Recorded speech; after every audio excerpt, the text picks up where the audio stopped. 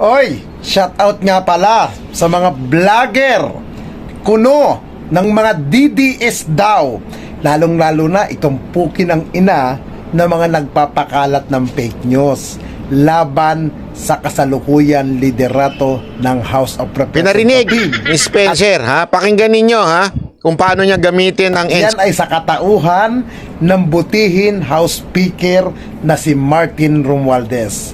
Unang-una, wala kayong magawa sa buhay, di ba?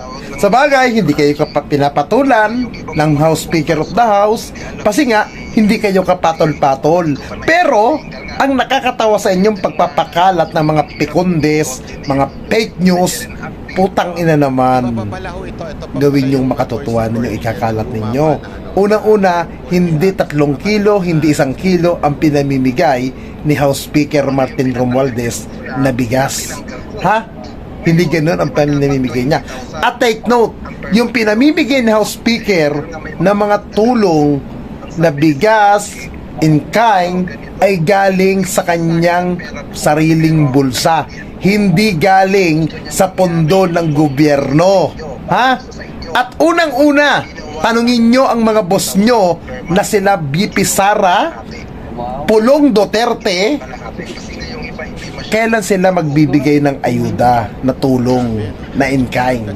Baka naman naghahantay pa sila ng confidential fund para bago tumulong.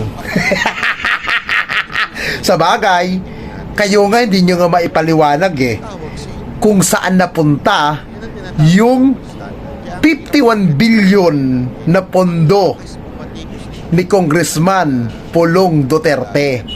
Hirap nga kayong i-rebat yun Hirap nga kayo na i-explain kung saan nadala. Tapos ngayon gagawa-gawa kayo ng fake news. Utang ina ninyo. Lumantog-tugi na yan.